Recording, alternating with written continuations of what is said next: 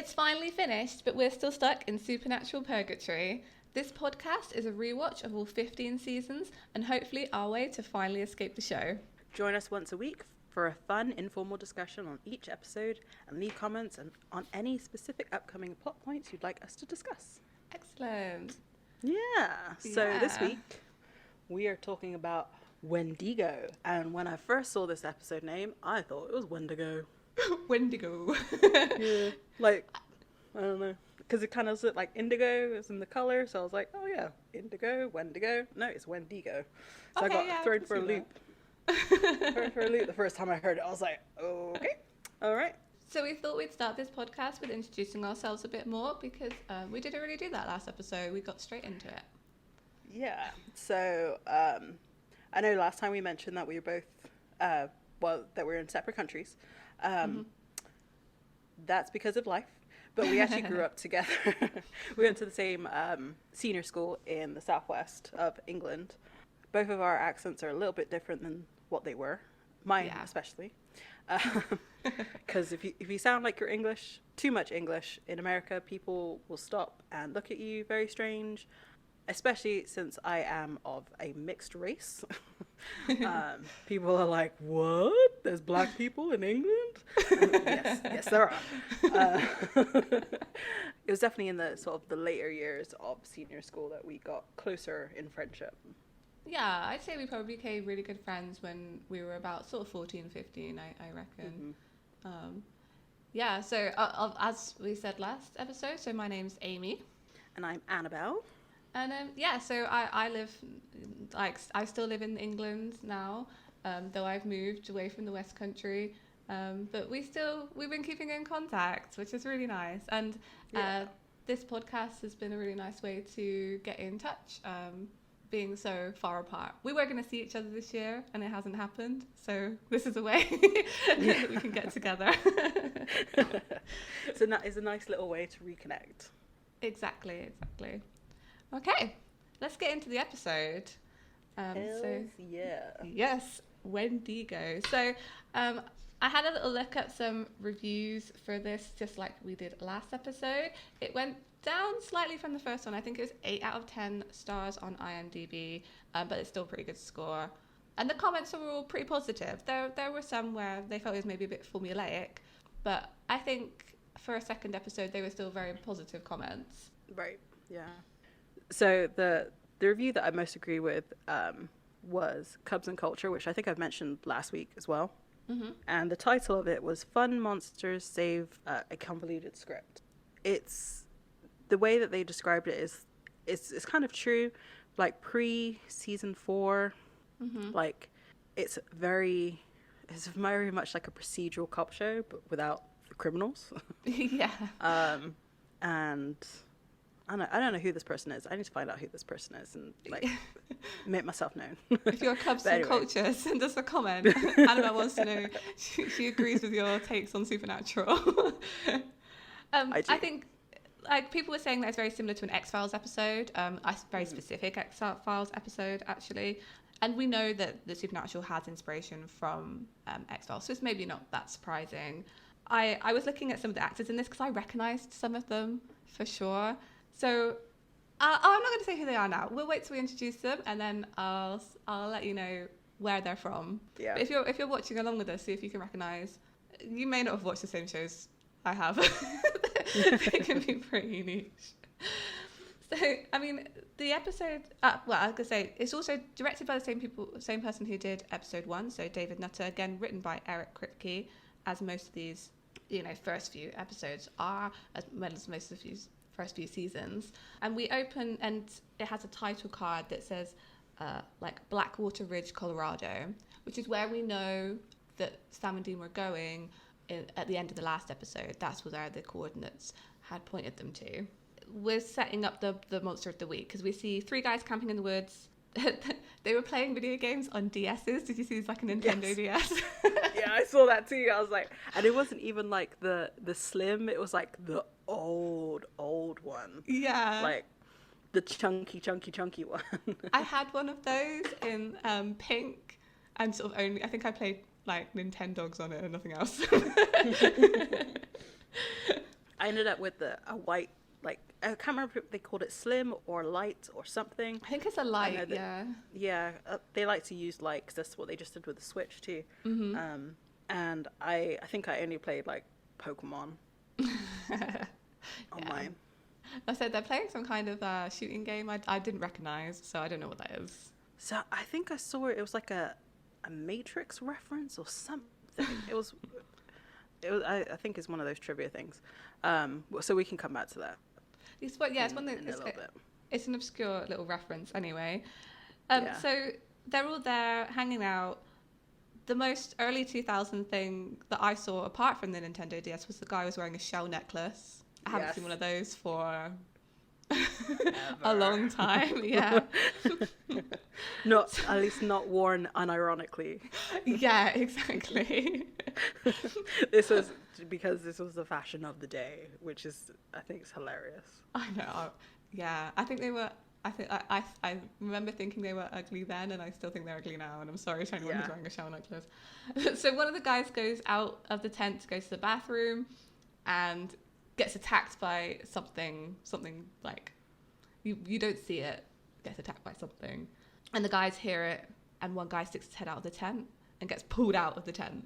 Like that was quite like, oh. Yeah. So it definitely has, like, for me it felt very like 80s slasher movie. Yes. Feel like the whole premise of being in the woods and like seeing a flash of something or hearing something. Mm-hmm. So yeah, and then so the third guy has just seen his friend get like dragged out of the tent, which was hilarious. It was very like a ragdoll effect, like you see his feet leave as well, and it sort of like shows his face and then cuts out, but there's no blood splatter. I made a note of that. Yeah, me too. Like, the second episode, we haven't had a blood splatter at the beginning of an episode. So another title card. We're now in Palo Alto. Is that how you say it? In California? Yes. Okay, good. I'm glad I got that right. Well, he does say it later on in the episode, so if you were not paying attention then... I wasn't, obviously. And we see Sam dressed very sweetly in sort of a formal blazer but khaki trousers, visiting Jessica's grave. So I said last episode, I'm like, what else does Jessica go on to? And so she is currently actually acting on The Orville. Yes, that sci-fi series. So she plays Commander Kelly Grayson in The Orville. Anyway, a little bit of trivia for you there. Yeah, nice. I like it. So it's super sad, this scene. He's brought her flowers and he makes references to how she didn't like roses, so he brought her something else. You always said roses were lame. He doesn't even know what they are, right? That's why he kind of skirts around like calling them what they are. Yeah. That's how I kind of interpreted it. Like, I brought you these, but I kind of don't know what they are, but I know you don't like roses, so... Yeah, exactly. And I think a really good point here is as he's talking to her, is that Sam says that he wishes that he told her about, I guess, everything, like the hunter lifestyle, that monsters were real. I should have protected you. I should have told you the truth. Which is like, that was quite surprising for me, like early Sam, like wanting to tell someone about like his life, like the lifestyle that he grew up in.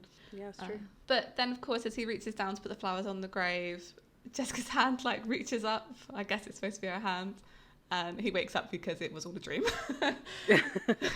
And that actually made me jump because I didn't remember any of that sequence. And I was like, I was paying attention to like the episode, and like I was kind of thrown back at how bright everything looked. Yeah, bright and so I was sort of like paying attention to that. Of like, it's so bright, but it's really contrasty. And so I was just like, have my little notebook, making notes for this. And then this big like thing happens. I was like, Jesus. Yeah, but I think there's two sort of. They're not really bad jump scares, but there's two vague jump scares in this episode, which I wasn't expecting. Because there's not many in later seasons of Supernatural.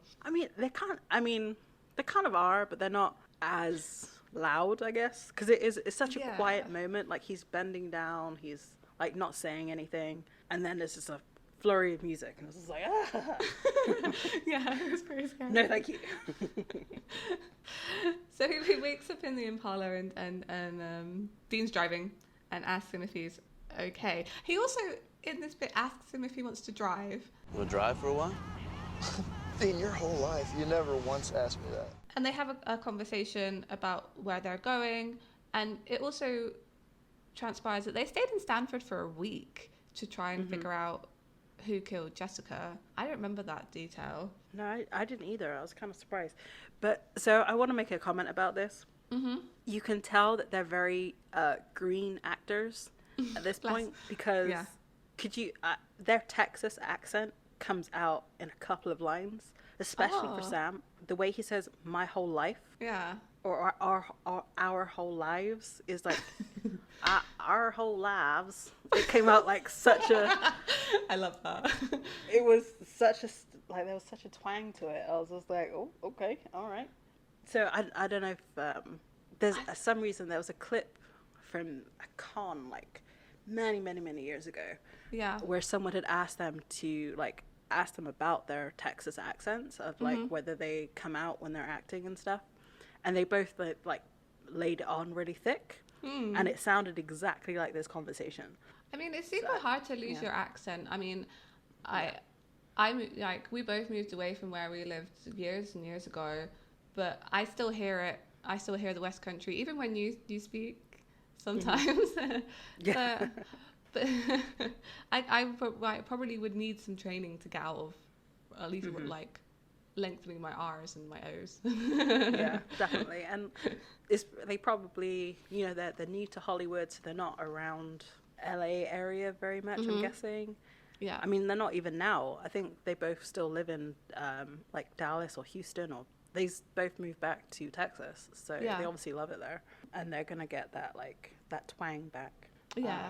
So I just when I heard that, I was like, huh, that's kind of funny. That there was a little bit in the first episode, but something about that conversation in particular, because it doesn't really come up in the rest of the episode either. So I'm wondering if it was the first scene that they filmed that in that sequence, or maybe it was the first scene of the day, so they're both kind of still tired. Because it's usually when accents come through is when you're not really paying attention to what you're saying. Yeah. So much, or how you're saying it.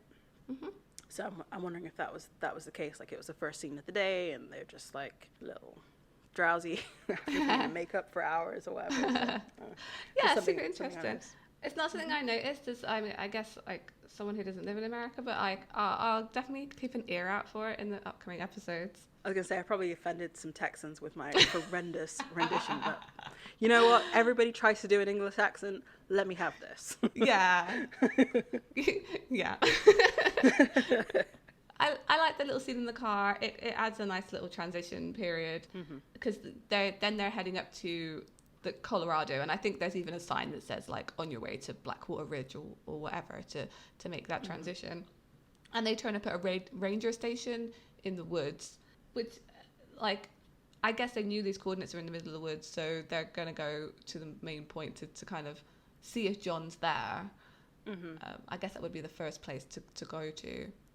Yeah, I mean, that kind of makes sense. If you're trying to find somebody, you would go to a point of authority, I guess, or a point of information. Because exactly. I feel so when I was in California last, I did go to these hiking trails areas, and they have ranger stations at the beginning of the hiking trail. So it's more they were just probably going in there to pick up stuff.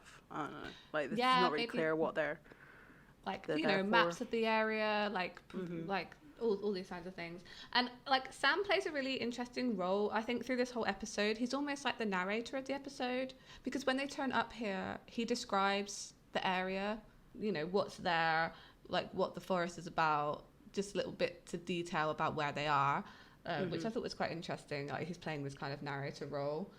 So I think also Dean's looking around the office, and he sees a newspaper clipping of this grizzly bear capture, shooting, whatever.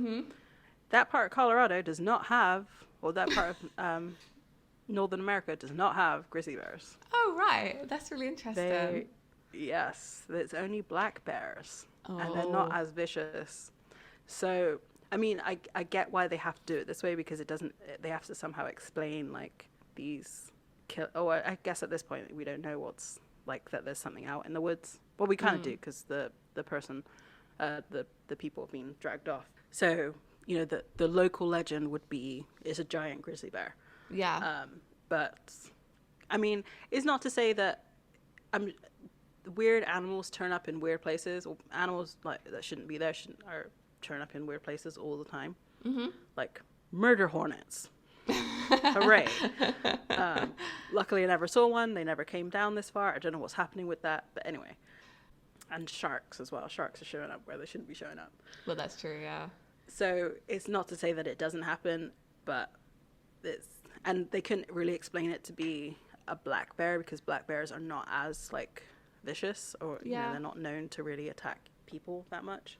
I mean, maybe it's the first clue that something else is going on here. Maybe if you live in the area, you'd be like, what? Yeah. Like, you know. So they talked to the ranger, right? And then, like, I didn't. This made me laugh so much. They weren't the FBI or anybody. They were environmental studies students. Oh, no, sir. We're environmental study majors from UC Boulder.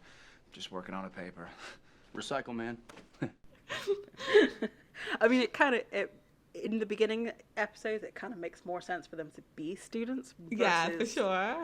Like, because they don't look like the comment that was made in the previous episode of, like, them being too young to be marshals. Like, yes, obviously. Especially, so it makes more sense if it was, like, their dad and Dean, because their dad is obviously much older. Yeah, exactly. So he looks like he's training, he's got a trainee or something. But yeah, I thought it was funny, and like the fact that again the ranger immediately calls them on it. Like, yeah, just immediately. Mm-hmm. Yeah, and then we get sort of like a contextual clue as to who the people were in the tent, because he's like, "Are you friends with that?" I can't remember what her character name is. Haley. Yeah. Yeah, I can't remember. I watched it yesterday. Are you friends with that Haley girl or whatever? Yeah, and they're like, I know this. I feel like every time a woman's name is mentioned, Dean's eyes like light up. It's like, oh, there's a woman involved. Maybe I do know her. I thought Twirls evil mustache. Yeah. I thought he did like a considering head tilt. Like he tilted his head slightly to be like, should I say I know her? And then he immediately went yes. So I think it was a good showing he's a good investigator, because he was following the clue. Because I like that. I noted he did a cute head tilt. That's why I wrote that. But you know, it was like thinking about it, which is that's good acting as well. I could tell what he was thinking. So they said that Haley's brother is missing, but he's not actually missing because he filled out a permit and he's not actually due to return to the ranger station for a few more days. So they're not out looking for him. They're just worried that she's being like overly worried about her brother. So they actually end up going to the house with the sister. Again, it was I feel like it was more 90s fashion that she was wearing. Yeah. It felt a little bit too late. I mean, I can't really remember the fashion of 2005. Maybe that was what was. It was all big jeans. Yeah. You're right. It was exactly what she was wearing. I think I had like a shirt very, very similar to that, but I didn't show my midriff as much as she did. That was, I don't know if it was what that says about me, but I found it really distracting. I was like, why is it just sort of like this small section of her stomach? Like, yeah. It's funny how that's come back into fashion. Like, I think it was popular then, and I think it's popular now, and there was a big, like, part of the, like, 2010s where... I don't know, I think that maybe the 90s are making a comeback now. Maybe that's what I'm trying to say. Yeah, for sure. So they do introduce themselves as rangers here. What I thought was interesting is that Sam is really reluctant to follow this case. He was like, I don't want to do this. I want to go find Dad. Like, can we go, please? Yeah. And Dean's the one kind of pushing that he wants to go speak to this Haley girl and find out what's going on. So, yeah, when they turn up as rangers, wearing their normal clothes again, they don't have any... I guess costumes in the trunk. Yeah. But so did you notice that on his on his ID badge, they switched names, so he was Sam. No. Ah. Because they say Sam and Dean, but he is Sam in this. It's clearly a picture. Yeah, it's clearly a picture of Dean, though, right? So. Yeah. Like, I looked at the signature. Like, I also looked at the trivia too, but I was like, wait, that's not a D. That's an S. This is a Sam. Yeah, so still using fake IDs then. So even though they introduced themselves still as Sam and Dean, still using a fake ID. I guess he managed to find one with Sam on it. This is quite funny, I think. So they Hayley and Dean obviously have some chemistry going on. They start off with a doorstep. Hayley likes his car, which is like the first way into Dean's heart, I guess. Saying that his car is cool. Is that yours? Yeah. Nice car. And as she introduces herself, she says that they don't have any parents, that she's worried about her brother and she wants to go look for him. And I think that Dean immediately seems like a kindred spirit in her, you know? Of course. Mm-hmm. That's literally what we've just been introduced to. Mm-hmm. Like, these two kids are all alone and one of their family members is missing. Like, there's a threesome and one of the three is gone. Exactly. Which is kind of like a, now thinking about it, it could almost be looked at, I might be reaching a little bit here, but a little bit of like foreshadowing. Yeah. Because honestly, at this point, I know that they do find John, they have to, but like, I can't remember what condition he's in when they find him. So, I mean, we can get further into this episode. I mean, if you've seen any sort of screen caps of the episodes, then you see that the brother's like bloodied up and stuff. But anyway. Yeah, exactly. So I wrote down, Hayley is a Dean girl. We talked about it last episode. I think she's the oldest sibling there. I think so. I think her brother who's missing is younger than her, and it doesn't say that, but it was. I feel like it was implied because she was having this kind of bond with Dean quite early on, and he's on board to go find her missing brother because he even says like, oh, we're in the same boat, like just spells it out like straight out there. So their names are, so there's Hayley, she's with her brother Ben, and the brother that's missing is called Tommy. So they are going to go, they are going to help. She wants to go find her brother and they're deciding to kind of go and help her do it, I think. Yeah. And at this point, I think it's towards the end of their conversation, of which like they're saying we're going to go anyway. We find out that she's hired it wasn't a ranger, it was a guide. A guide, exactly, to take them up into the mountain, which is kind of interesting because I feel like obviously they live very close to this like mountainous area and like all this. There's no sort of indication of like how close the town is or anything like that. Yeah. But wouldn't you more than likely, because obviously she appears to be a bit of a tomboy. She knows what the car is. She obviously has some comfort in like understanding like how hiking in that sense, because it's very different to like just casual hiking. Yeah. And camping is, because she knows about the paperwork and stuff like that. Wouldn't you feel a little bit more comfortable without the guide? I mean, I guess maybe. She might not be a hunter, as in like obviously not a paranormal hunter. Yeah, monster hunter. But you know, maybe we don't know too much. I don't really remember if she says like when they lost their parents, whether they say it was when they were young. Yeah, I don't think it's mentioned actually. Like, they might have not had like the family experience of like, because living in North Carolina, like the people I used to work with, they go hunting every season. And so they know how the woods work in certain areas. Yeah. So they may not have had that with their family to like go into the woods and go hunting. Yeah, true. I mean, I think maybe the inclusion of the guide is to kind of show how maybe dangerous she thinks the situation is, and add to the fact that she's worried about him and doesn't know what they're going to find. Which makes you wonder, like, what she thinks gone. She never really says what she thinks has gone wrong, but she clearly thinks they were going to find something because they took someone with them who was armed. Right. So yeah, I think it's really interesting.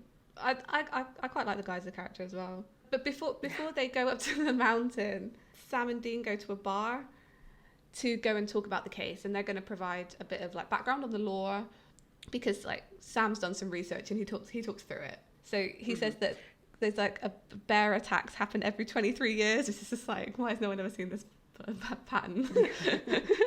So before we get onto that, just the little side note, like I also noticed, so in last week we talked about how they were interviewing the girlfriend of the victim, and suddenly they jumped into the mystery of it all. Yes. Like this they're getting a little bit better at like interviewing people and getting down to the information without going to like, ooh. Yeah, this must be something. Yeah. Yeah. So but anyway, yeah, you're right. They talk about the bear attacks every 23 years, which why is it always 20 something years? Can it be longer? I mean, I guess it's easier to see patterns in like under 20 years, between 20 and 25 years. I guess so, yeah. So Hayley had given them a video because her brother was filming videos when he was on his camping trip, which is how she'd know he'd gone missing, because he hadn't sent her an update. And like Sam notices there's a shadow in the background of one of his videos, and he's like, oh, it moves really fast, like this must be really this whatever it is, it must be really fast. And I think that's when they start realizing that maybe it is something supernatural. Because I don't know if before that they were just expecting to go help her, just go find her brother in the woods. I don't know, because John had left them the journal with the coordinates. Maybe they were always expecting there to be something. I'm not sure. Yeah, there's no real indication. I think in Dean's mind there was always possibly something, which is also probably why he leaned into the fact in helping the sister, like the family situation. Whereas Sam, you can feel throughout this episode that he wants to get it over with. Like, he just wants to find Dad. He just wants this over. I want to find the person who killed my girlfriend and possibly move on. Yeah, exactly. And Sam finds out as well that there was someone who survived an attack when they were like younger. So they go talk to him, and it's quite a quick scene. So it basically goes bar, they do some kind of history research and talk it through, and then they immediately go see this guy. It's quite a quick transition. I kind of wonder why they had to go to the bar to do it. Like, maybe they could have spoken in the car, but... Well, so we're talking about, like, you saw the brick of a laptop that you had, right? Oh, right. Yeah, that's true. There's no smartphones. Yeah. So it's probably, like, they had to go to the bar for the Wi-Fi. Yeah, that's a good point. Oh, you just forget these things ever happened. It wasn't that long ago. So they go see this guy who's just an older guy. They go to his house. I don't know if they needed to go speak to him. He showed them a cool scar he had, which is like with claw marks. Well, so I guess this is where they can kind of introduce how monsters affect survivors. Because at this point, we haven't really had any, like, we haven't been introduced to anyone who's actually survived a monster attack. Yeah. So it kind of, I don't know. I guess gives also, a little bit of a concept. Yeah, there are people out there as well that know these things exist and then just haven't really done anything with that information, which is quite interesting. So yeah, they see the claw mark scar on his shoulder, and then there's a really nice scene of them walking out of that house where they're talking about the lore. So actually it is very vital, because that's where they find out, like, that this thing opens doors and doesn't yes, that's a good point. Yeah. So they find out the characteristics of this monster. Like, it can't phase through walls. It can so, like, again, this is coming back to, like, how they've gotten better at interviewing people. Yeah. Because they gently pull that information out of him rather than just being like, tell us the ghost story of this area. Yeah, because they've established that it's fast from the video. Mr. Shaw tells them that it got his parents while they were staying in a cabin, so it got through a locked door, so that it's intelligent, and it's not a spirit, so it doesn't go through walls. So you're right, that's actually really important information. And I guess part of these episodes, and they are quite formulaic, these first few ones, is the investigation and how they get that information and decide what it is, because they kind of have to decide what the monster is before they go and kill it, right? Because we know that some things aren't affected by like traditional methods. Right. Yeah, exactly. And it brings up one of my first of my favorite lines of this episode. Yeah. Because, like you said, they have a nice conversation in the hallway or corridor, where they establish, like, again, what we just said, they establish like what it potentially could be, and Sam describes it as corporeal, and I love Dean's reaction to it. I'm like, corporeal? Excuse me, Professor. So it's probably something else, something corporeal. Corporeal? Excuse me, Professor. Shut up. I love that. It was just, again, it was a really sweet, like, well, maybe not sweet, but kind of like a bit of a... It's such a sibling thing to do. Sibling thing, yeah. Like, just like pick on something and just like immediately just like, nah, she's being stupid. Dean also mentions skinwalkers and black dogs, so it's kind of clues us into other monsters that there might be in this universe, which I thought was quite cool because we haven't seen them yet. So they go to the trunk of the Impala. Oh, I paused this so much. I was like, I want to know what's in the trunk. so what did I see? Oh, this was the first time we see Dean prop the trunk open with a shotgun, right? I think you're right. Yes. I was just like, oh, he did the thing. So what I saw in the trunk from my pausing the episode, there's like a lot of stuff here that I don't think has ever been used in a supernatural episode. But if you watch an episode of Buffy, you probably see it.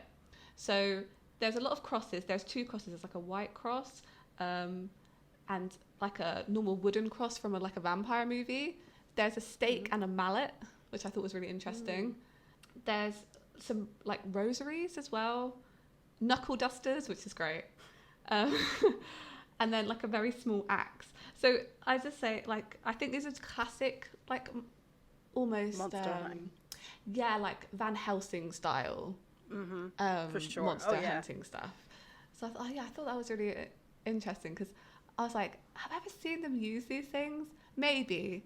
I'll keep an eye. But oh no. What? Think back to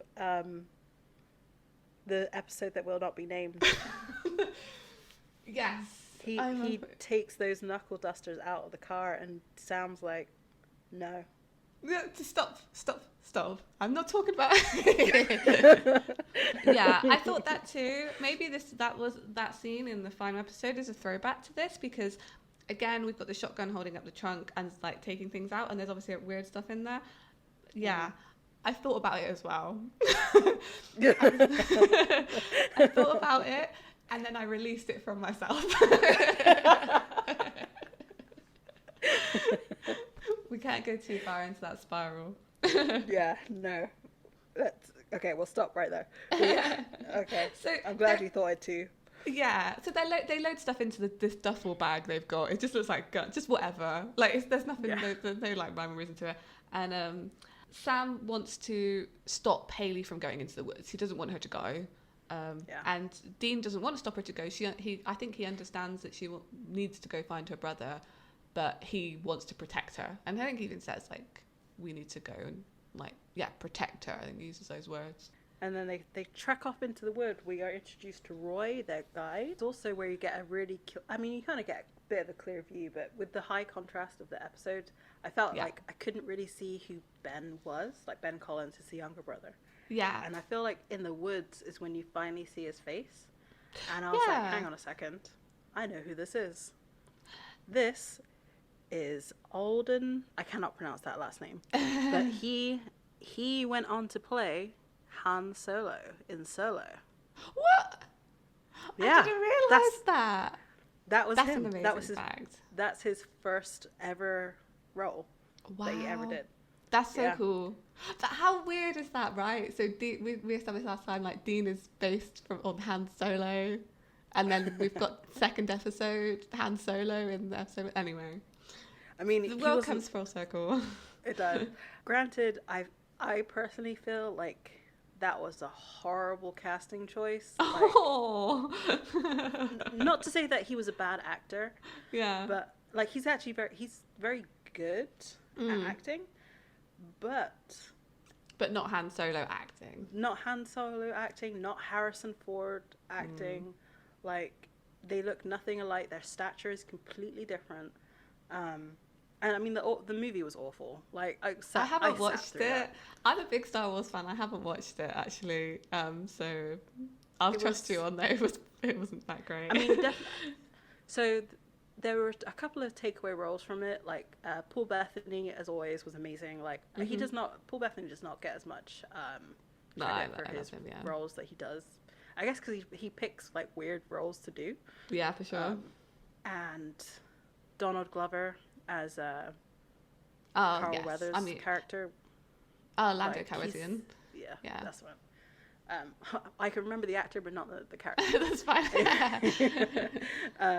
As Lando was phenomenal. I know he can just embody his characters. Like those two actors did really really well in that movie, and I kind of liked the Chewbacca backstory and that was put into it.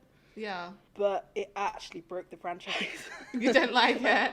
Well, no. So it broke the, you know how they were doing like the trilogy and then like secondary movies? Because that movie performed so badly, they stopped doing those secondary movies. Oh, right. Wow. That's why there hasn't been another one like it since, because people really did not like it. It's crazy. So, anyway, a little bit of a tangent there, but great. I didn't know that. I looked at all the actors as well. I didn't even notice that one. That's so funny. Really? Yeah, I didn't see it. I didn't clock it. So, and also the woman, Hayley. She's in like a whole bunch of stuff, but she's always just one-off characters. She's never like a season regular or something. She's really is just like in one or two episodes, which I'm really surprised at, because like she has kind of like the classic look of, you know, an attractive lead. So I was like surprised that she hasn't landed that. Yeah, I think she was really good in this episode. Actually, I really liked her character. Yeah, me too. Yeah. So yeah, it's daytime, which is quite surprising sometimes to see, because it is. You're right. It's so dark these episodes. When it's daytime, you're like, ow, my eyes. So they're still maintaining that they're rangers, and they're introduced to this guide called Roy, who's like, sure. Like, he kind of goes along with it. He's like, yeah, all right. And I think Hayley says, hiking out in biker boots and jeans, like, because they're still dressed in their same outfits.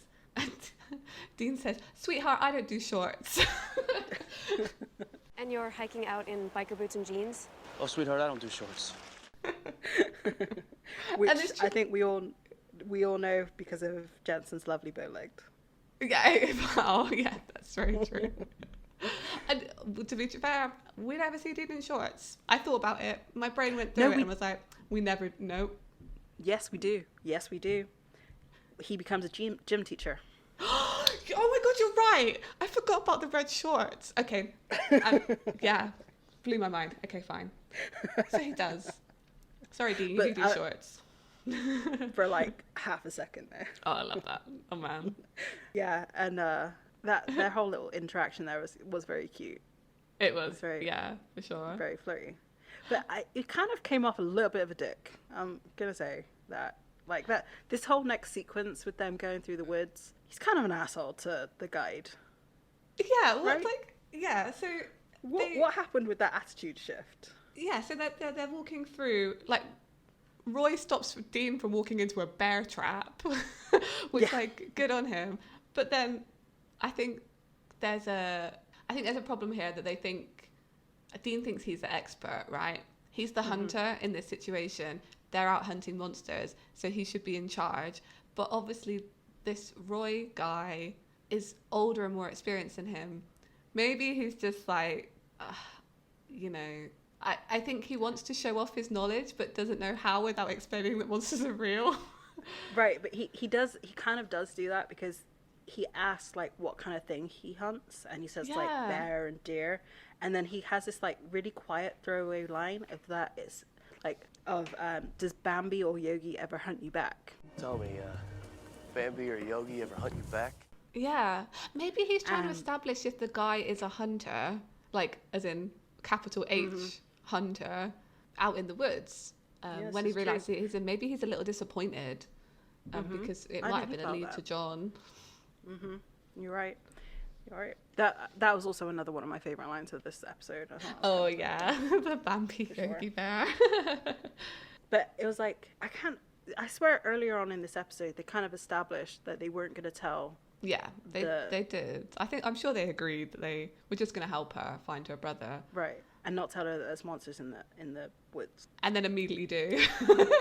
they kind of do. Like with that throwaway line, like Sam interrupts him and is like, "Hey, stop talking. Like, don't say that. We don't want to give that away." Dean's the one who's always kind of like about to give it away, and Sam's being the like sensible one and being like, "Pull it back," kind of thing. Yeah. Like I say, I think Roy was an interesting choice of character in this. I as like an older, probably more experienced guide to them, but there is a weird dynamic between him and Dean, because Dean's obviously establishing himself as quite an experienced hunter as well. It's a weird one. I wonder, like, this is complete like conjecture or whatever. I'm just spitballing, but like, can you imagine the direction it would have taken? Like at this point, we don't know that there's other hunters out there. At this point we just assume there's only like this group. That's so true. Of capital H hunters. So this could have been a really interesting way to introduce the fact that like there are other hunters out there. Yeah. And that there's a network of hunters, because eventually you do find out that, you know, there's other people who hunt monsters. So it's kind of, that would have been an interesting, like, it may not have had to be like super in your face about it, but also I can see why they wouldn't want to, they needed that skeptic in the episode. Yeah, that's who he plays, isn't it? Is the skeptic role in this, and it's very important, and it often comes up like in X-Files episodes as well. There's always someone who doesn't quite go along with the train of thought, and someone who's not really invested in, like, he's there to help this family find their brother. He doesn't care like about anything sort of around that. Yeah, exactly. He's there to do his job, basically. Yeah. So of course he's like, and he's, you know, he hunts in this wood, so he knows like there's nothing out there. Yeah, for sure. Yeah, so like Dean has a cute little talk with Hayley at this point as well, as they're walking through the woods, because she kind of confronts him about not being a ranger. Like, it's gone on for long enough, because she says to him like, you didn't bring any provisions, all you have is that duffel bag. So yeah. Exactly. Like, I think she says like, who are you? Yeah, she gets very confrontational about it. And I guess because this happens just after he almost steps in the bear trap as well. Yeah, exactly. So as a rain, I mean, it's not to say that rangers probably often don't get stuck in traps, because they're traps for a reason. Yeah. But the fact that Roy could see it, and, you know, like, Dean was completely oblivious to what he was about to step into. So exactly. That's definitely a big giveaway of that he may not be who he says he is. Yeah. So like Dean tells Hayley that he kind of reiterates that they're basically the same person. Like, you know, they're looking for that Dean's looking for his dad, and she kind of questions this. And he says the line, "This is the most honest I've ever been with a woman." Why didn't you just tell me that from the start? I'm telling you now. Besides, it's probably the most honest I've ever been with a woman. Ever.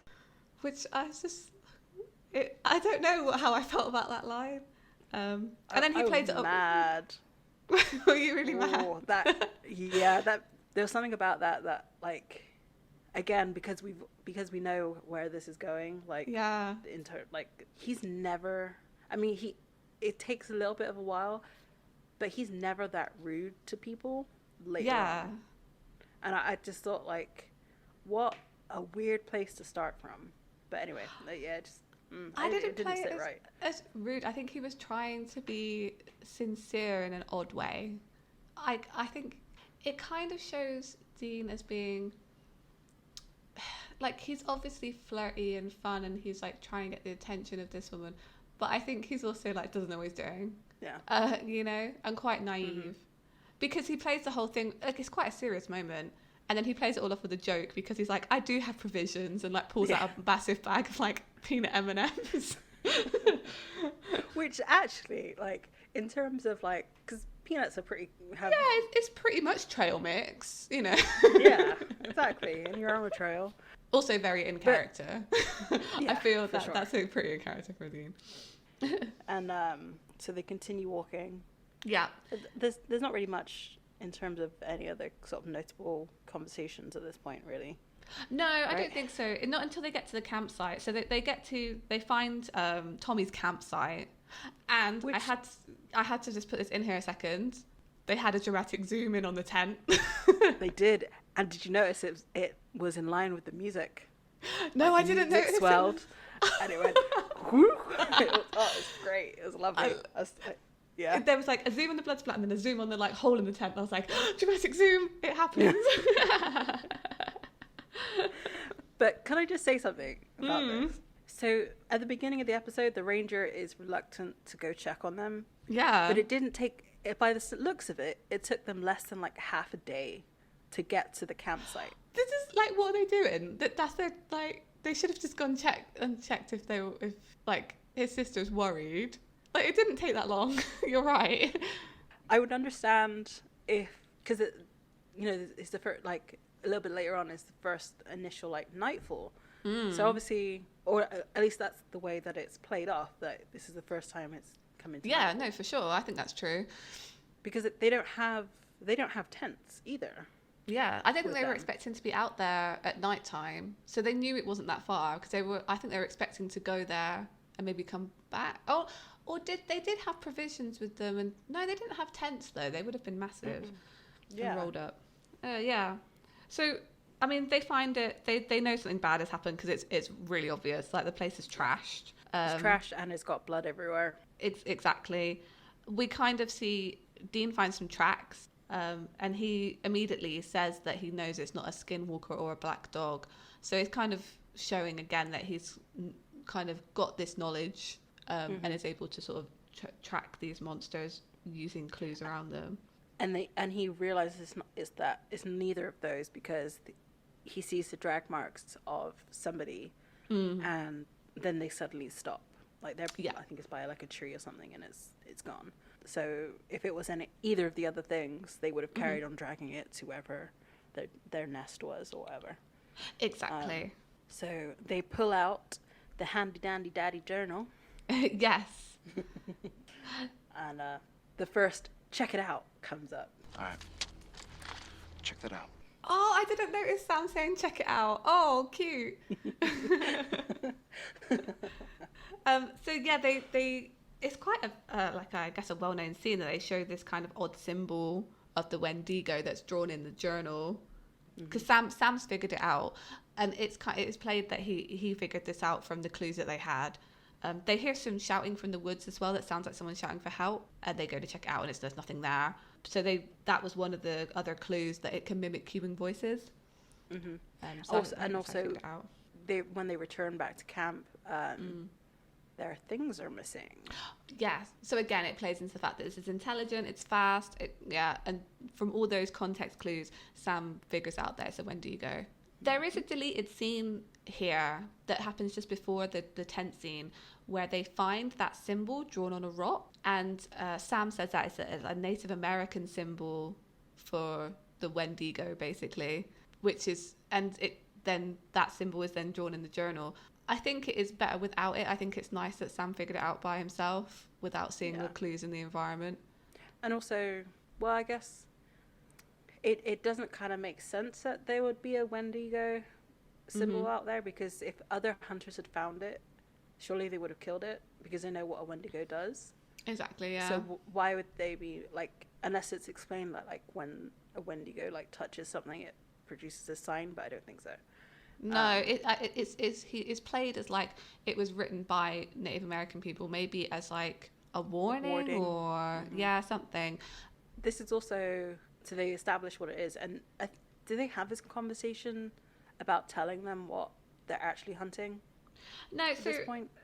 Dean says, Dean points out that his gun is useless. He goes, well, this is useless. Right. Yeah. And Sam wants to leave. He says like, well, this is basically this thing's dangerous. We should take these people out of here.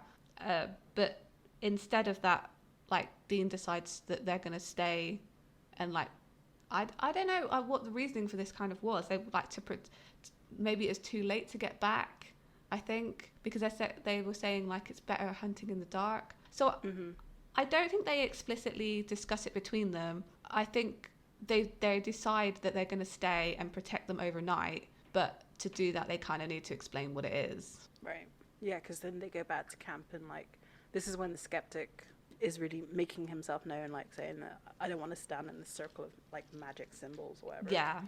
Yeah, because Dean's drawing symbols in the like leaf litter of the forest, and says that the Wendigo won't step over them. I think it says that Anastasi. That's what it sounded like to me. I don't recall. But so this is just as we are now in 2020, and you know the words you use are very important. And this is 15 years ago where certain words were not so whatever. But he does call Native Americans Indians, which I thought was really interesting. Yeah. I was like, like I don't know why that stuck out to me, but it did. And I was like, because they in this explanation of what a Wendigo is, he says the Indians would it would happen because of I can't remember exactly the line that he used, but he does mention the word Indians, and I was like, yeah, you wouldn't do that. You wouldn't do that these days. No, you would definitely say Native American. Yeah. And I think they do correct themselves later on when they're explaining it, like Sam corrects him. Yeah, which I wonder if it's something to do with like, again, a bit of a character thing of like he obviously respects people, but maybe not as much as he should.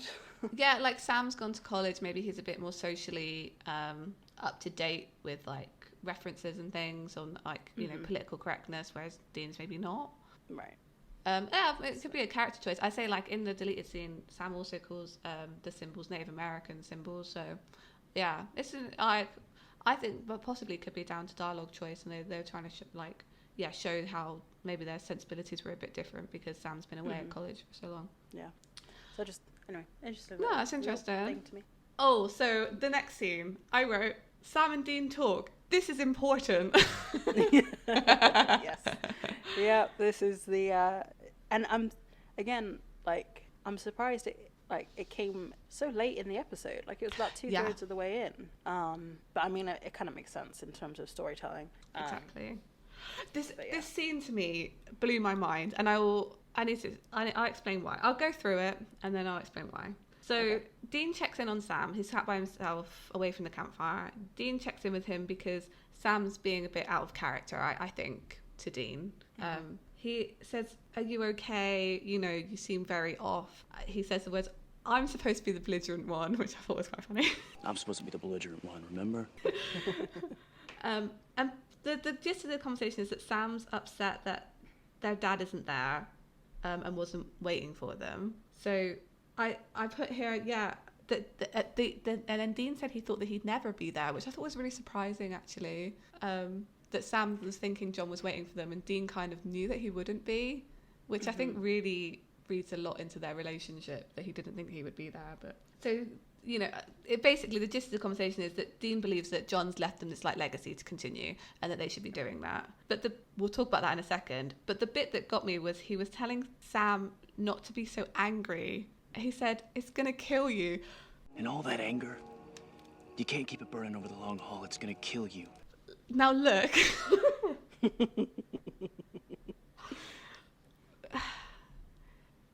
Dean's arc in this season, series, this 15 years, he's always been, I think in the early seasons, maybe he wasn't as angry, but he is an angry guy. And to hear him telling Sam, not to be so angry about stuff was like, who am I watching? He tells him, So he tells him that he's got to be patient because it's going to take a while. And this is, to me, this is a complete role reversal of their characters. This was like Sam talking to Dean, not Dean talking to Sam. So I also picked up on that. This episode in particular, like, I mean, again, we haven't truly established who they are yet. Mm-hmm. But this is coming from doing a rewatch. But they really flip-flop in this episode between the two, like their main character traits as they go on.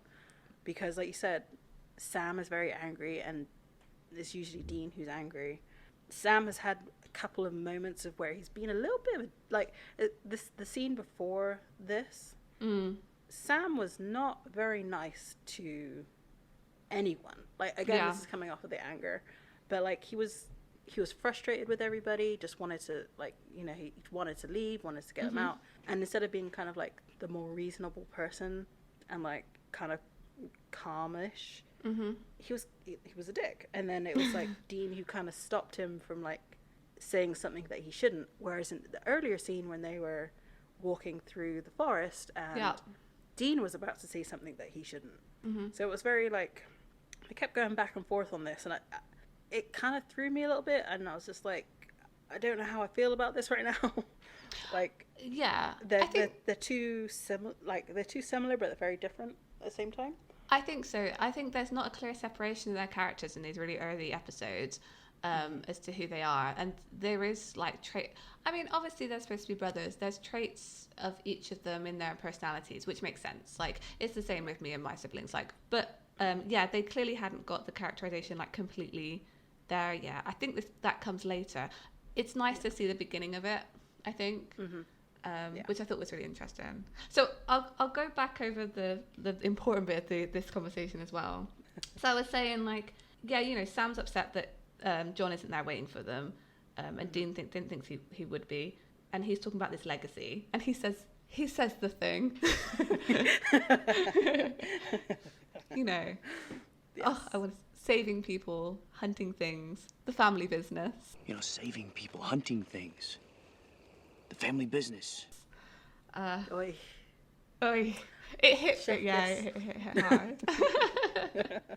But even with that, Sam's not happy. He doesn't really understand why John doesn't communicate with them directly. Why is he leaving all these cryptic messages in journals for them to follow? Why can't he just tell them what's going on? And like, Dean says, well, he's given us a job to do, a task to do. And I wrote here, do you think at this point in the series, do you think that Dean thinks that John is dead?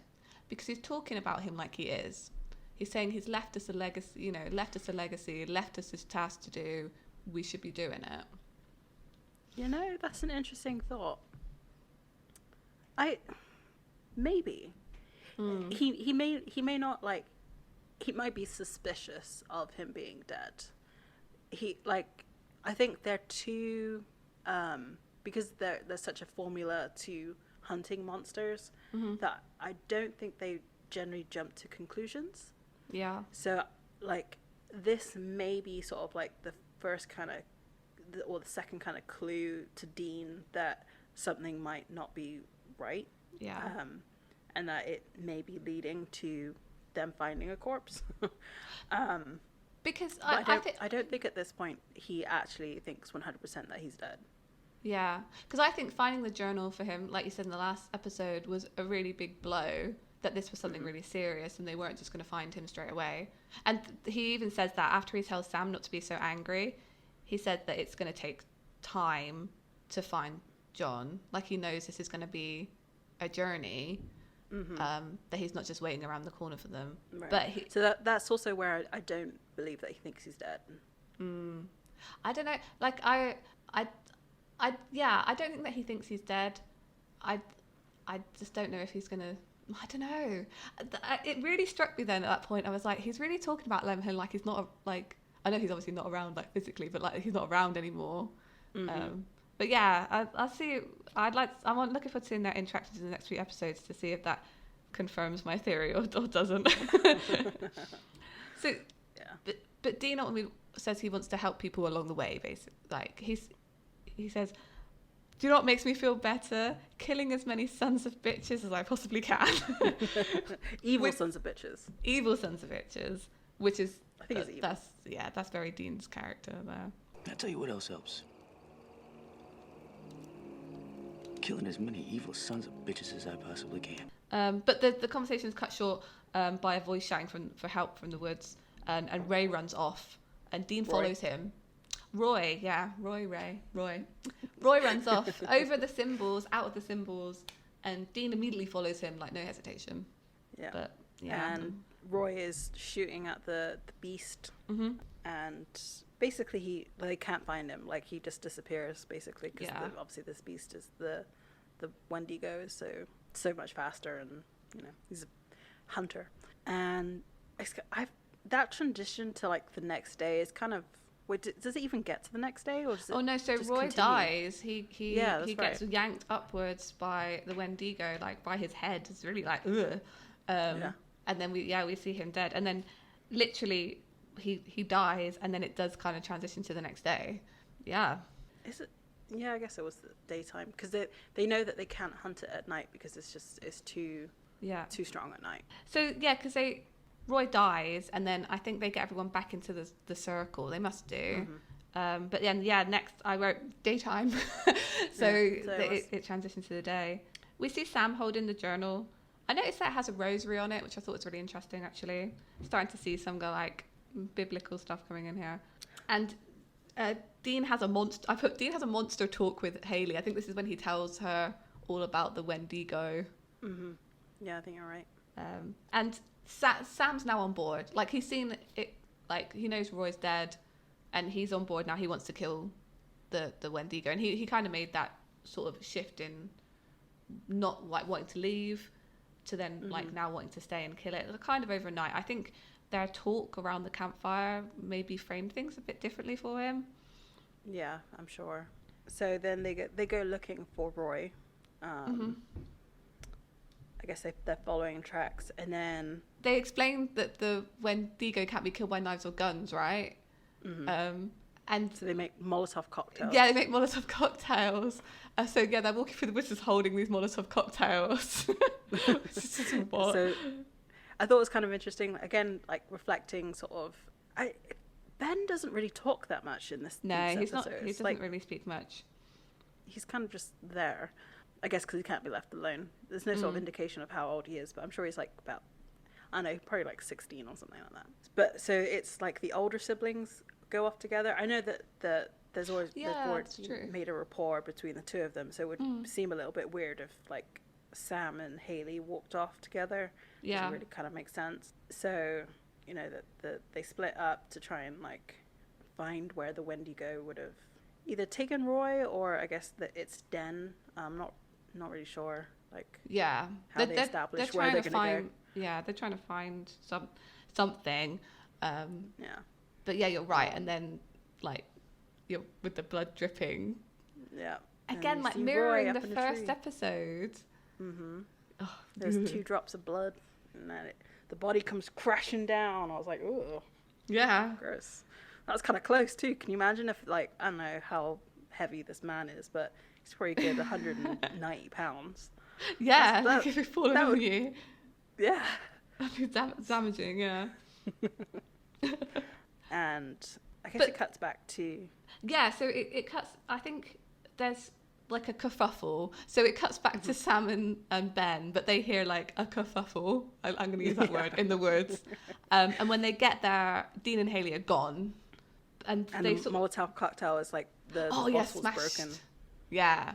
So they know they're both gone. I think they find something from each of them. I think they find the Molotov cocktail and maybe her pack. Or no, she lost that earlier. They find something that establishes Haley's gone as well. And they kind of wander around. And then Ben finds those M&Ms. Yes, I didn't think we'd have a callback to that.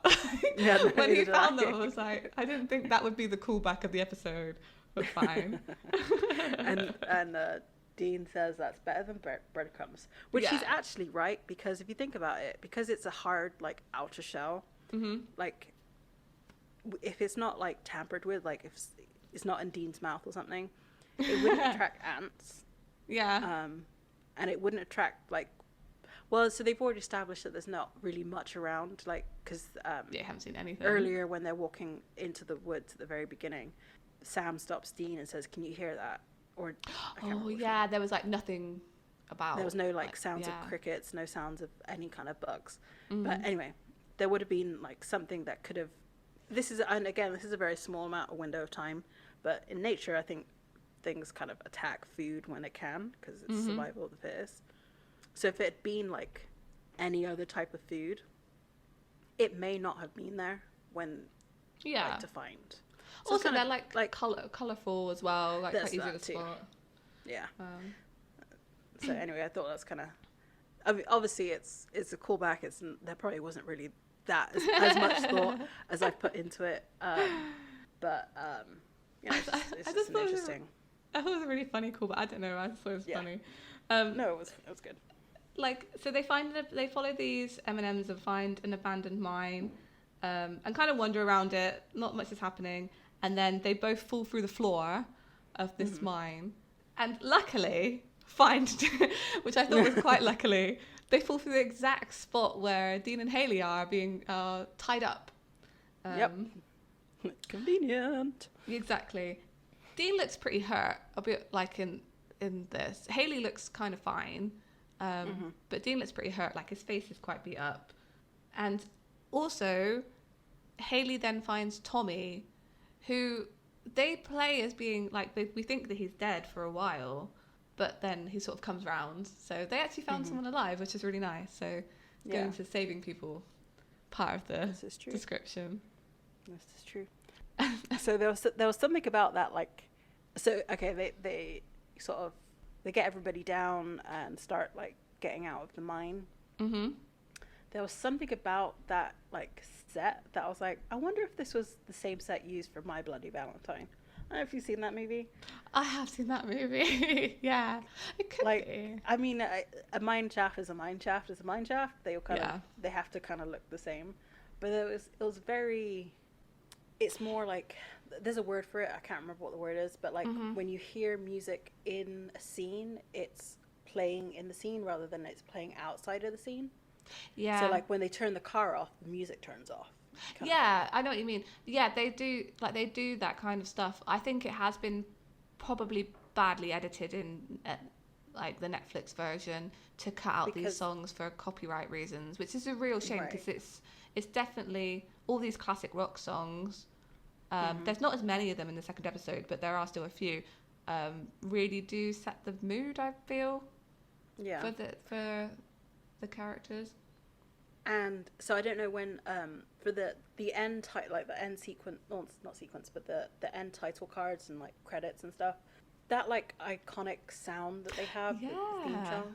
Did it start later for you?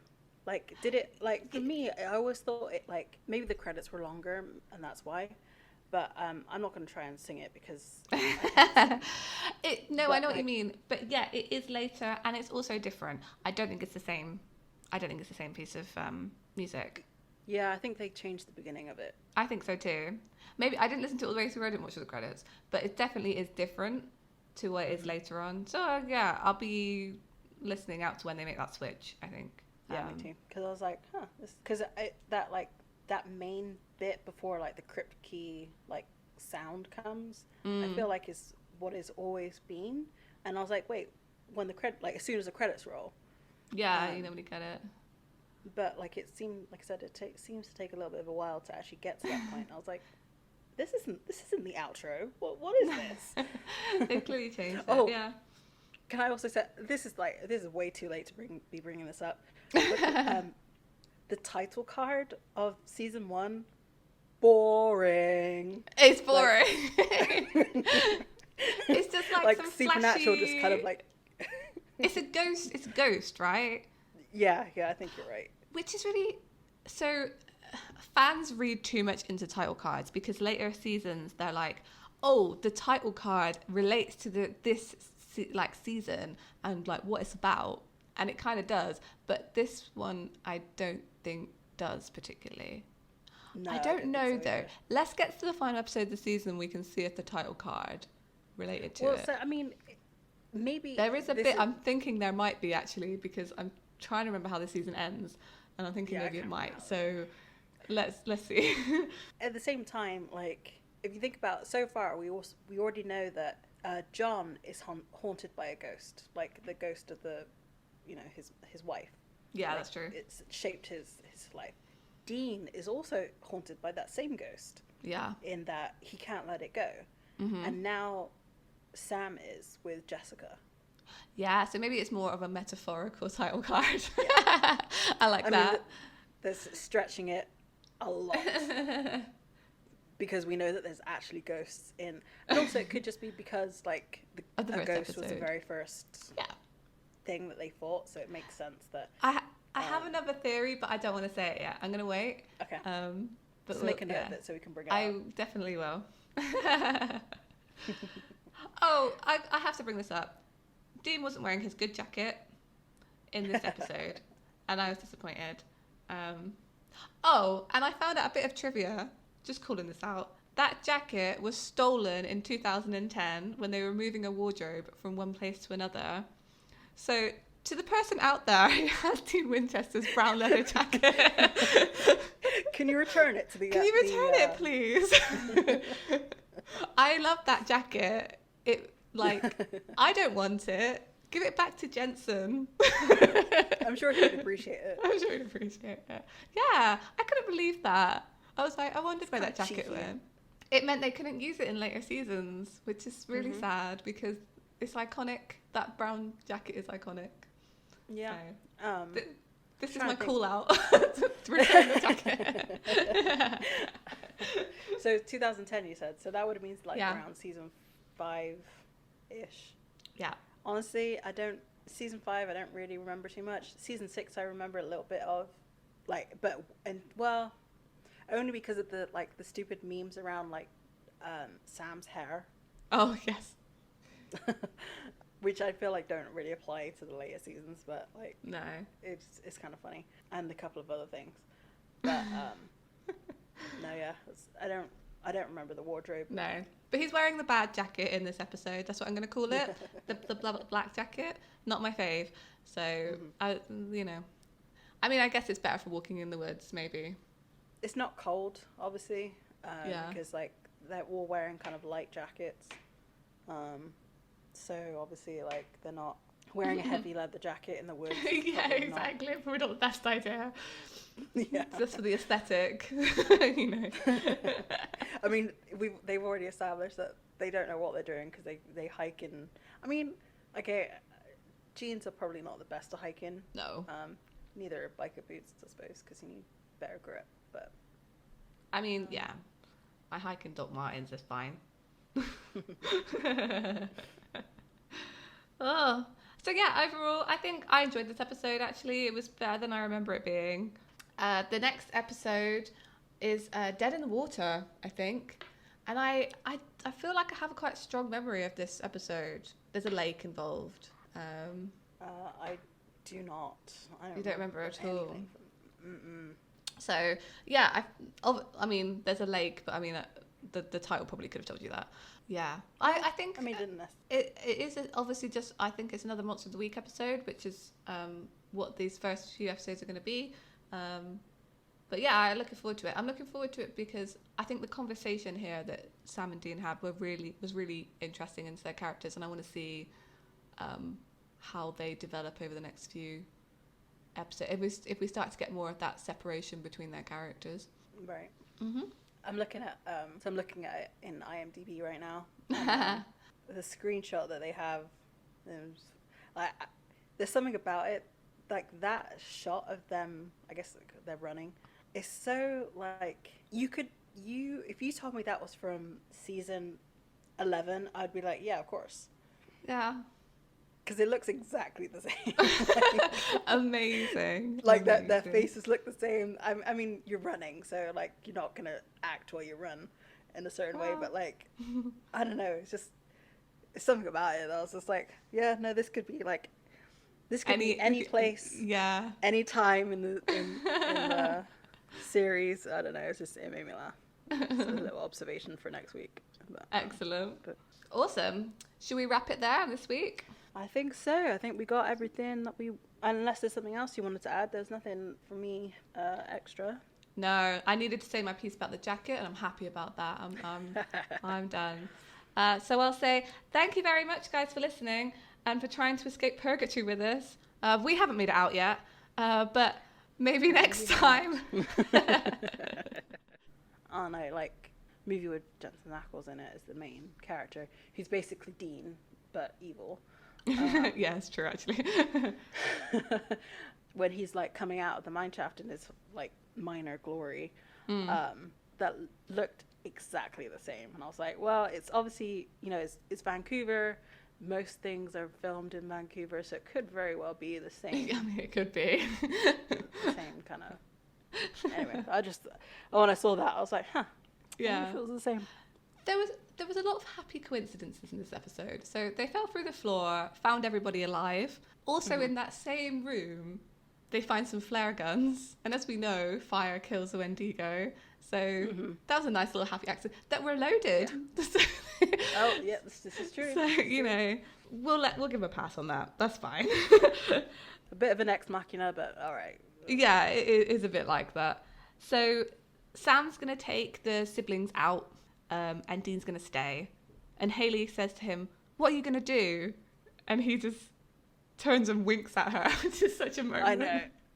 Like, but the thing is that I found that really awkward, only because like the light cuts his face. Yeah. Like in a weird way that like, is the eye that was in the light that he should have winked? You could have tried to tell that he's winking. I was just like, what are you doing? Yeah. Yeah. It's, you know how some people can't really wink naturally? I don't think Jensen's one of those people. No. I can only do it with one eye. I can't wink the other eye. So maybe, yeah, he chose the dominant eye, winking eye. And it just, I was just like, ooh. Yeah. But I mean, granted, for the line that he says next, it's kind of perfect that he winked. Jump on, you freaky bastard! Yeah, that's right! Bring it on, baby! I taste good! Yeah, he's shouting like, "I taste good!" Like, through the mine shaft. And then like later on, he's like, "Want some white meat, baby?" Like, Hey, you want some white meat, bitch? I'm right here! what? Who wrote this? I love it so much. So he goes off, he's shouting because he's trying to get the attention of the Wendigo, but the things that he's shouting are great. Like, Yes, basically, it's horrendous. It's horrendous. It's absolutely horrendous. I love it. Yeah, it's great. So we cut to Sam after Dean's done his weird shouting. He's like getting the siblings to try and leave, but the Wendigo's chasing them. It's not chasing Dean. So we kind of see it then. It's kind of, actually, when you see the monster in this episode, it's not that scary. And I think they maybe shouldn't have ever shown it. Maybe just kept it as like a shadow. I don't know. Yeah, maybe. Well, I don't know if I agree with you on that one. Only because I know they're in a dark place. Mm-hmm. But they are in daylight, and there is like shafts of light coming in, because obviously you can see the people, the characters. Mm-hmm. So it would have been a little bit too like convenient that he can, like, this Wendigo can just not catch any light whatsoever. Yeah, you're right. I guess it was very it reminded me very much of Buffy the monster makeup in this, which is not a bad thing actually. But yeah, I was like, oh yeah, maybe I'm too desensitized at this point. There is that, and like, I mean, the monster in the previous episode wasn't that scary either. Not really. I mean, it's kind of creepy. I mean, the bit where she got dragged down was scary, I thought. Oh yeah, that was. But other than that, yeah, she's just like a nice looking lady. But yeah, I didn't mind it. But I thought it was nice that Sam was like, "Get behind me" to the siblings. Like that's a good character moment for Sam, because she's like, yeah, he wants to protect these people as well. Yeah, and it's also that the conversation that he just had with Dean, like saving people, protecting people, exactly, it's all kind of the same kind of thing. Yeah, it also expresses how big Jared actually is. That's very true. Yeah. Like, I know they're huddled together. Yeah. But like he towers over them. It's kind of made me laugh. Yeah, he does, which is great. I really like. I do love Jared as Sam. Like, I think he is great. I love these kind of moments where he's like, "I'll protect these people." Yeah, I like it. So then Dean shoots the Wendigo because it's trying to like creep up on them. Sam's like, "No," and then Dean shoots it with the flare gun, and it just catches fire and dies basically. Like, this is definitely where you can tell that it's a brand new show, because the melding of visual and practical effects was not that good. I mean, it was good for the time. It was okay for the time and the the budget and everything, but you could definitely tell when it switched from practical to visual effects. Yeah, and then back again. It was like, I mean, they definitely get better at the visual effects, as I would say. One of the best shows on TV of visual effects sometimes. Like, I really am impressed by what they do. I mean, I've been watching some shows recently that do some of the same things that they've done on later seasons of Supernatural, and I do think Supernatural did this better. So I think it's really good that I like it's really interesting to see the progression in their visual effects department. For sure. I mean, as the show got views and stuff, they obviously will get a bigger budget, because they want to appease fans and make sure that exactly, and like merchandise. Yeah, exactly. I mean, I was expecting Dude to say a cool line when he shot the Wendigo, but he kind of didn't. He just said it kind of set fire, and then he said, "Not bad, huh?" I was like, come on. You could have come up with some fire-based pun. I think those come later on. Yeah. But that's it. The monster's dead. Cut out. They got out the mine. Fine. Because the next shot is them talking to. It's Ben and Sam talking to the police, explaining that a bear attacked them. Yeah. And this is at night again, right? Yeah, so it must take... Well, if you think about it, they would have... It shows them back at the ranger cabin, so they would have had to walk back. I don't think anybody picked them up. No, that's right. But the thing with that is, we've already established it doesn't take long to get to they're... So the timing on this is a little weird, because they would have started first thing in the morning. Like, there would have been no reason for them to, hang around camp. Obviously... They don't indicate how long it took for the people to get from camp to the mine. But I don't think it was that long. I know the Wendigo can travel very quickly, but I don't imagine it was more than half a day, because it's still daylight. Yeah. When they fought the monster. And again, this is just being nitpicky. It's time continuity in shows has legendarily always been really bad. It always has been. So I'm not gonna push that point too much, but it's just that, I mean, I know that they also have an injured party with them, so it's gonna take longer to get back to the car. But I think Tommy was quite hurt. I think Dean was fairly hurt as well.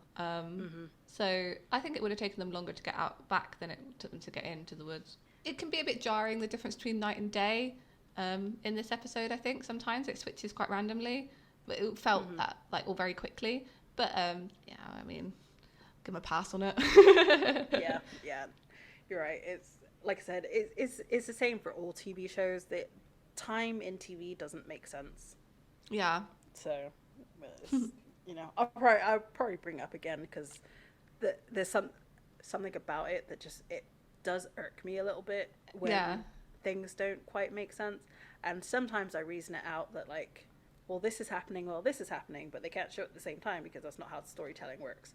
Well, this is happening, this conversation's happening over here. But there's kind of nothing like that in this episode. There definitely are points like that in other episodes that I can immediately think of.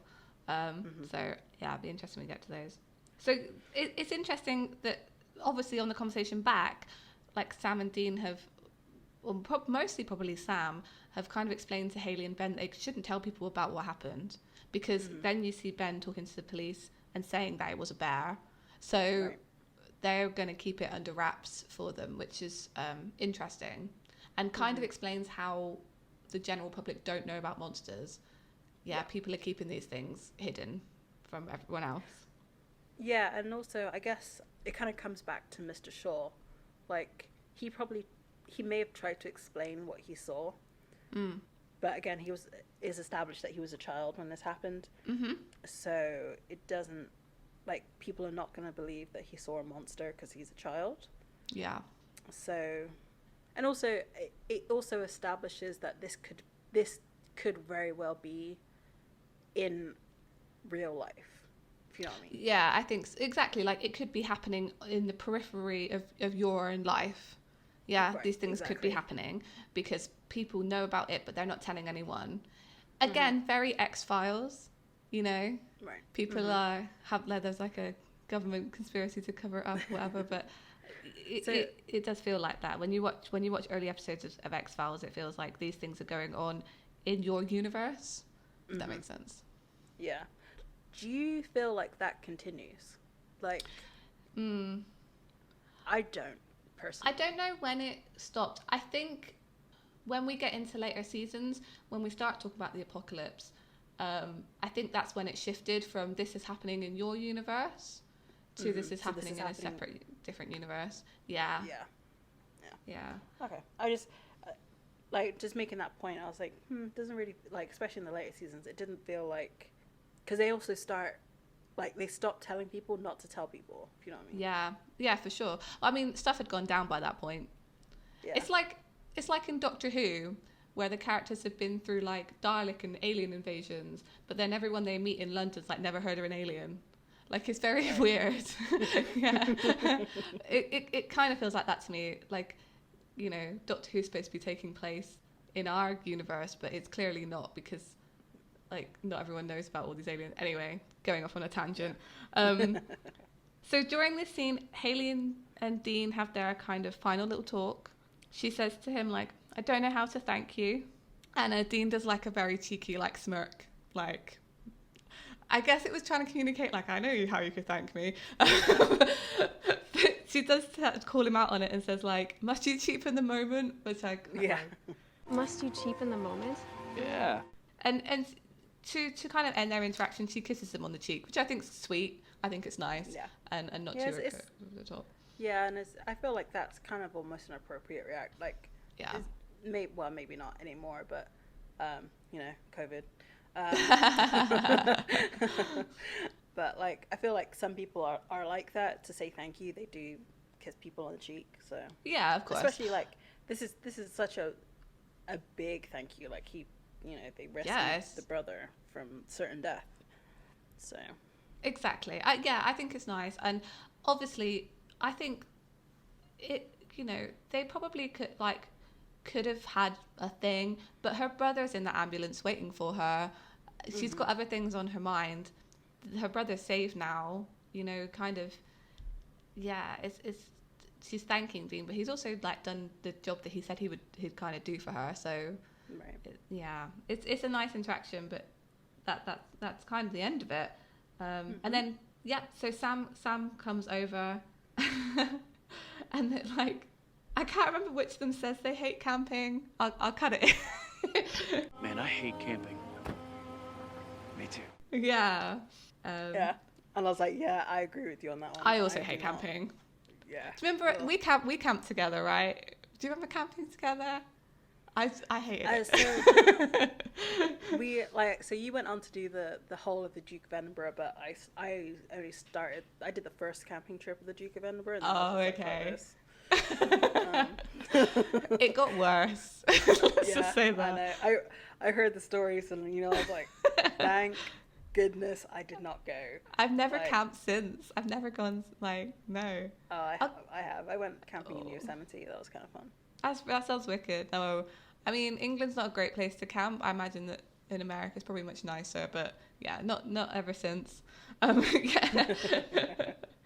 So yeah, Sam says, like, we're gonna find Dad. I think it's Sam who says this. So, or I don't know actually. Maybe it was Dean who said we're gonna find Dad. I've only written the quotes and not who said it, which is really helpful. Sam, you know we're gonna find Dad, right? Yeah, I know. But it's kind of a shift from earlier. Yeah, they were saying that because obviously Sam wants to find John because he's their lead to finding out who killed Jessica. That's the point of this now. Like, exactly, he did... and like, yeah. So the dad has been looking for this demon for 20 years, so he must have some sort of lead. Whereas I feel like before Jessica, well, I mean, it's even mentioned kind of, in the first episode that like Sam is not that into it. Like, he didn't know his mum because he's a baby and all that kind of stuff. Like with the talk on the bridge between Sam and Dean, like, and Dean says, "Don't talk about her that way." So, like we know that Dean's more invested in finding who killed their mum than Sam is. Has ever been either. Ever been, until obviously Jessica dies, and now Sam's the more invested one. And it makes sense. It makes character sense. Like, so yeah, and they're both in. Basically, what we're getting from this is that they're both in on it now. They both want to go find John. They both want to find this thing that killed, I guess, both Jessica. Yeah, both Jessica and Mary. So, so Sam says, "In the meantime, I'm driving." Right. But in the meantime, I'm driving. And Dean just tosses in the keys, which is really nice, I think, because like they kind of established in the episode that Sam doesn't really drive the car, although he drove it in the first episode. They wanted they were trying to make a point again that he doesn't really drive it, so it was a moment for Dean to give him the keys, which I felt that they were trying to make it a moment, but because I've watched so much Supernatural, it didn't feel like a moment to me. Yeah, no, it didn't feel that important, just because of like, it didn't feel that important. And then it cuts the like daytime again, and they're driving off down the road, which I don't know if you noticed this, but the silhouette, Sam is in the passenger side. So he wasn't even driving. But so like, again, because it's cut to like daytime and it's no longer nighttime, I reason it to be that like Sam got to drive to like their next stop and then they switch places. I think so. Like, I'm not gonna be like, oh, they made a mistake. It's like, no, like, Dean's only gonna let him drive so much. Let's be real. Yeah, exactly. And the interesting thing is we don't know where they're going next. It wasn't mentioned. So this kind of feels like almost the second setup. So the pilot kind of set it up as to who these people are. This is kind of setting up their journey. That makes sense. So what the episodes are going to be like from now on. They're looking for John, but in the meantime, they're going to be helping all these people along the way with their various supernatural problems. Yeah, that makes sense. That does make sense. The music of them driving away was really good on the DVD. It's a Fly By Night by Rush, and I know it wasn't on the Netflix version. They didn't replace it with a named song. I imagine it was just soundtrack it music. Didn't stick out. Yeah, it didn't stick out to me for what it was. I have to say, it's kind of, I don't know how the sound transitions are in the DVD, but maybe because I'm listening for the music now. Yeah. But the way that like it feels very edited in the fact that like it sort of fades in and fades out, whereas I feel like in Supernatural, like